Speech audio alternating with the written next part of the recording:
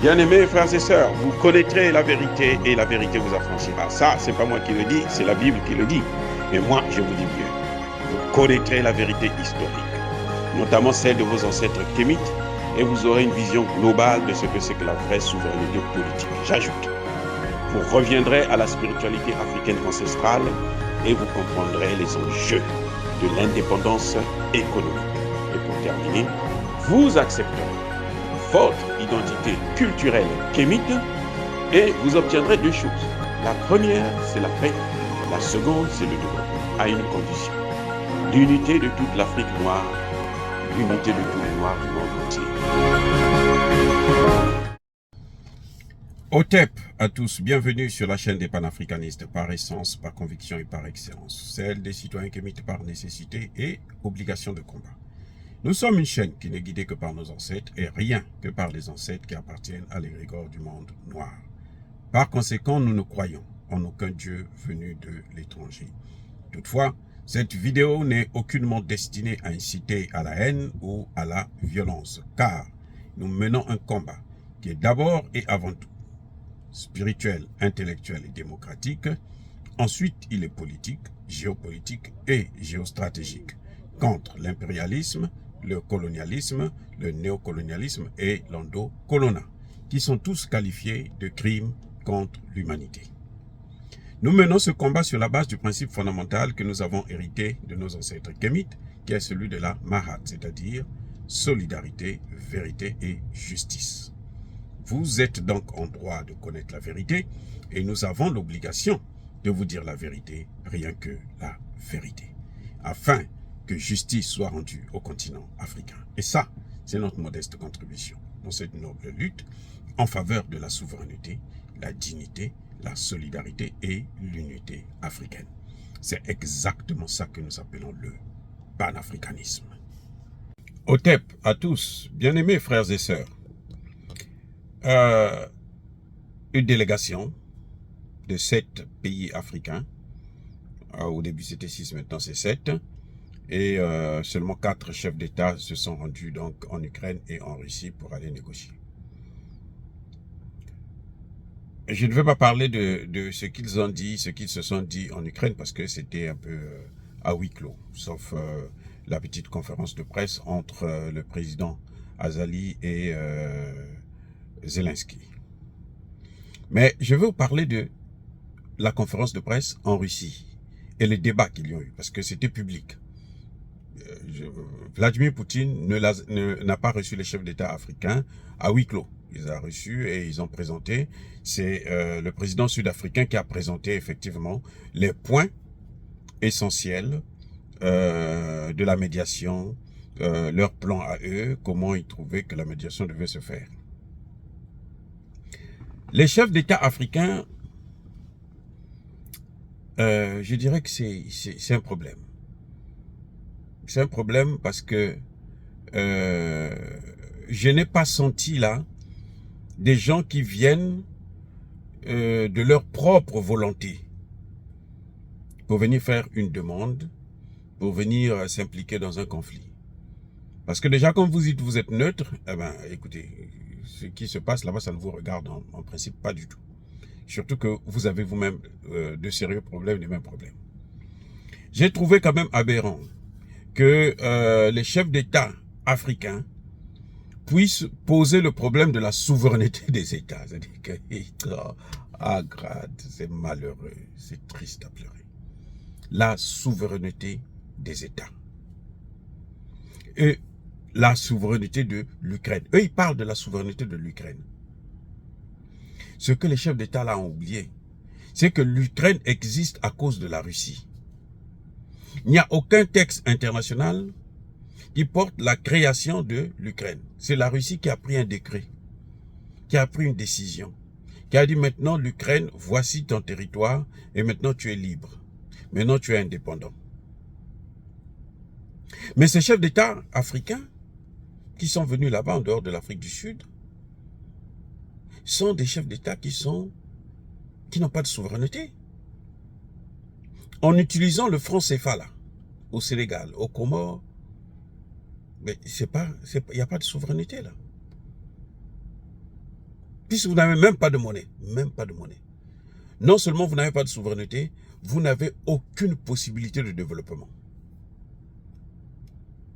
Donc, la mission des chefs d'État africains, on comprend pourquoi. C'est un homme d'affaires français qui a organisé cette mission, qui dit qui arrive à convaincre les chefs d'État africains à faire tout ce cinéma qu'ils sont en train de faire. Vous voyez comment on a affaire à des marionnettes?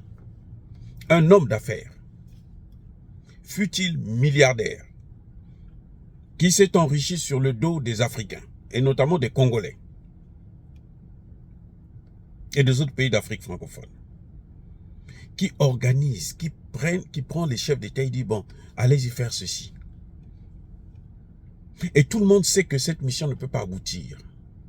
Je dis, tout le monde sait que cette mission ne peut pas aboutir. Il y a deux choses qui ont attiré mon attention. C'est le fait qu'eux, ils viennent parler de la souveraineté. Donc, le respect de la charte de l'ONU. Et ils viennent vous parler des céréales. Commençons par la souveraineté. Le président comorien, là, Azali, lui-même, là, la France a une partie de son territoire. Ce que vous entendez, île de la Mayotte, là où les Français sont récemment partis expulser des Comoriens. En fait, la France a expulsé des Comoriens sur leur propre terre. Parce que l'île de la Mayotte, là, c'est une partie des Comores, reconnue par l'Organisation des Nations Unies. Il y a une résolution. Attendez, non, je reprends. L'île des Comores, là, c'est reconnu par l'Organisation des Nations Unies à travers une résolution. Mais la France refuse de donner le terrain, la terre d'autrui. La France occupe une partie de Madagascar. Les îles éparses, c'est Madagascar. La France a pris. La France nous impose une monnaie. Quand on parle de souveraineté, oui, très bien, parlons de souveraineté. Mais, attendez, le Congo démocratique, il n'y a pas de souveraineté là-bas. Ce n'est pas un pays souverain. Là, c'est entre frères. Hein. On sait que le Rwanda, là, agit pour le compte des États-Unis et de l'OTAN. Mais, de quoi parlent-ils ces chefs d'État africains? Deuxième élément, le blé. Le blé qu'ils sont allés revendiquer là, ce fameux blé là, quand Macky Sall est parti, il y a l'année dernière, quémander le blé, au point où on l'a surnommé, eux-mêmes les Blancs, ils l'ont surnommé le mendiant du blé. Chef d'État, à l'époque il était le chef d'État de l'Union africaine, mendiant du blé. Il est venu. Poutine qui dit, ne vous en faites pas. Il signe les accords. On libère le blé.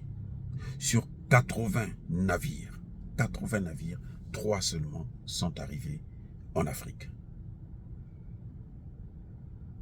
80 navires. Poutine qui dit, c'est pas grave. Ils ont pris tout.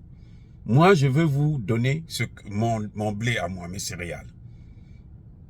Il a libéré 300 000 tonnes de céréales. Destination Afrique, pays pauvres d'Amérique latine et d'Asie. Que s'est-il passé? Les Occidentaux, les mêmes qui depuis 600 ans, 700 ans, sont en train de nous persécuter. Les mêmes ont détourné ces céréales. Ils ont pris ça et c'est maintenant eux qui vendent ça en Afrique. Mais quand même, Macky Sall et les autres chefs d'État, ils partent encore là-bas chez Poutine pour dire, nous, on va souffrir de faim, on va mourir de faim. malgré le fait qu'ils ont pris le blé, tout ce que Poutine nous a donné, malgré le fait que ce qui est le blé qui est issu des négociations, des accords entre l'Ukraine et la Russie pour libérer le blé depuis la Turquie, ils ont tout pris, ils nous ont donné seulement 2 ou 3 navires. L'Afrique n'est pas morte de faim.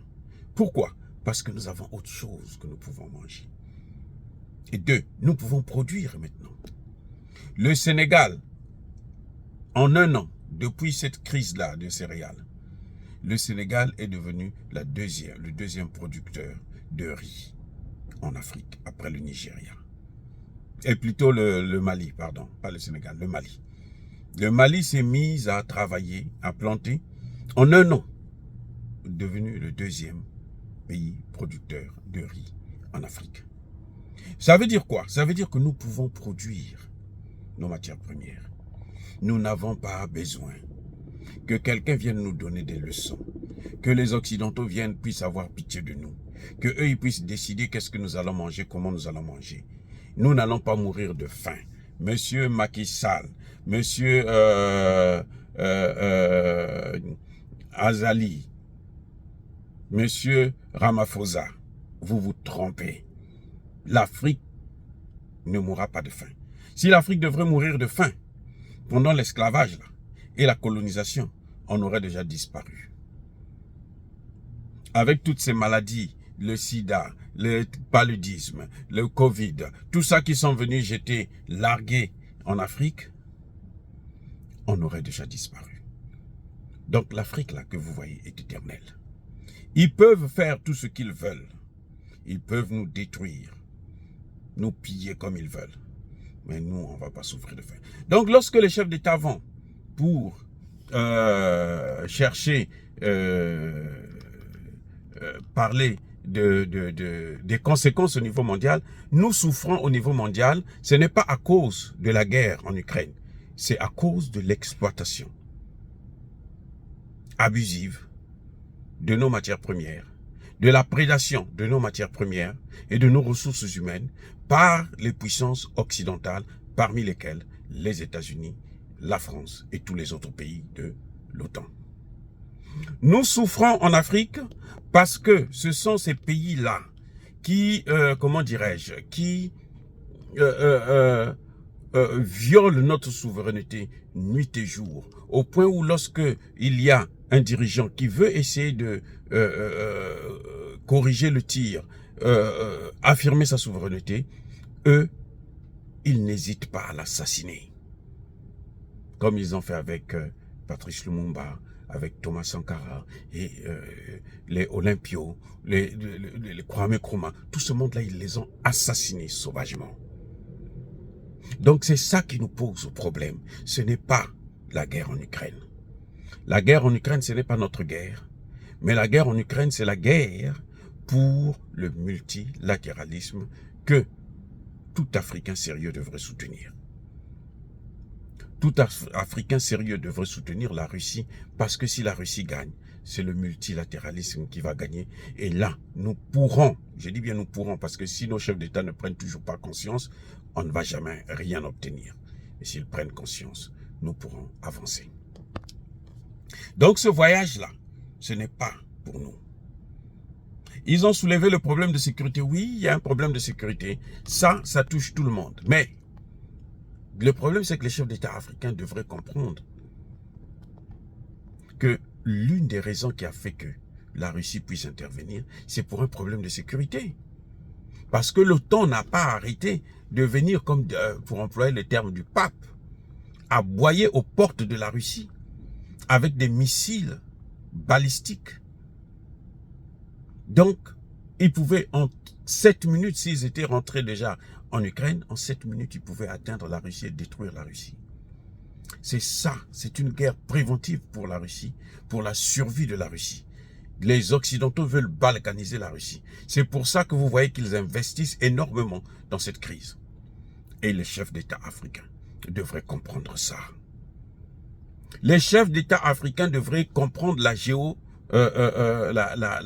géopolitique du moment. C'est pour ça que les BRICS ont été créés. pour essayer de balancer entre, de diminuer le poids et l'influence du dollar dans le monde, et notamment sur certains pays, et surtout les nôtres. Parce que si le dollar tombe, je pense que le franc CFA ne résistera pas. Eh oui, le franc CFA ne résistera pas. Je pense que les pays africains auront une marge de manœuvre, une alternative. Notamment si les BRICS peuvent avoir leur monnaie. Donc, les négociations que les pays africains ont entreprises, c'était une balade, hein, qui peut s'expliquer autrement, que je vais vous le dire dans une autre vidéo. Je veux poser le vrai problème, les enjeux justement de cette négociation. Mais en tout cas, on ne peut pas s'attendre à quoi que ce soit. Le résultat, vous l'avez vu, toutes les conditions qu'eux ils ont posées. D'ailleurs, ils ont oublié que la Russie avait le droit de poser le problème, de saisir, d'aller sauver les populations russes ou russophones qui vivent en Ukraine. Parce que cette partie-là d'ailleurs, c'était un président ukrainien, plutôt de l'ex-URSS, qui avait donné cette partie à l'Ukraine. L'Ukraine n'existait pas. L'Ukraine, c'est un ensemble de plusieurs pays, la Hongrie, la Pologne et la Russie. Ce sont ces trois, il y a aussi les Tchèques, mais c'est surtout les trois là qui forment en fait ce qu'on appelle l'Ukraine aujourd'hui. On le voit d'ailleurs, la Pologne veut récupérer sa partie. La Hongrie veut faire pareil. Donc, si on ne fait pas attention, vous allez voir que l'Ukraine va se disloquer et chacun prendra sa partie. Monsieur les chefs d'État africains, apprenez à comprendre l'histoire. Voilà les enjeux qu'il y a dans cette guerre. Et l'Ukraine ne combat plus avec la Russie. C'est déjà terminé. Le combat, la guerre qu'il y a actuellement, c'est la guerre entre la Russie et l'OTAN. Et encore là, ce n'est qu'une façade. C'est la face visible de l'iceberg. Mais en fait, la face cachée de l'iceberg, c'est la guerre contre le dollar qui est en train de se poursuivre au niveau des BRICS. Dire cela, c'est inciter à la haine ou à la violence, non. Bien-aimés frères et sœurs, les chefs d'État africains ont échoué et ils vont continuer à échouer. Donc, ils ne comprendront pas la géopolitique de nos jours. Encore une fois, je persiste et je signe. Soyez bénis, abondamment bénis par le Dieu des Kémites et par nos ancêtres angélisés. Mais que tous ceux qui persécutent le continent africain le pillent et le déstabilisent, qu'ils soient noirs, blancs, chinois, arabes, indiens, qui qu'ils soient maudits, punis, foudroyés, neutralisés, effacés, écrasés par ce Dieu des Kémites et par nos ancêtres angélisés. Vive l'Afrique éternelle. J'ai dit et j'assume.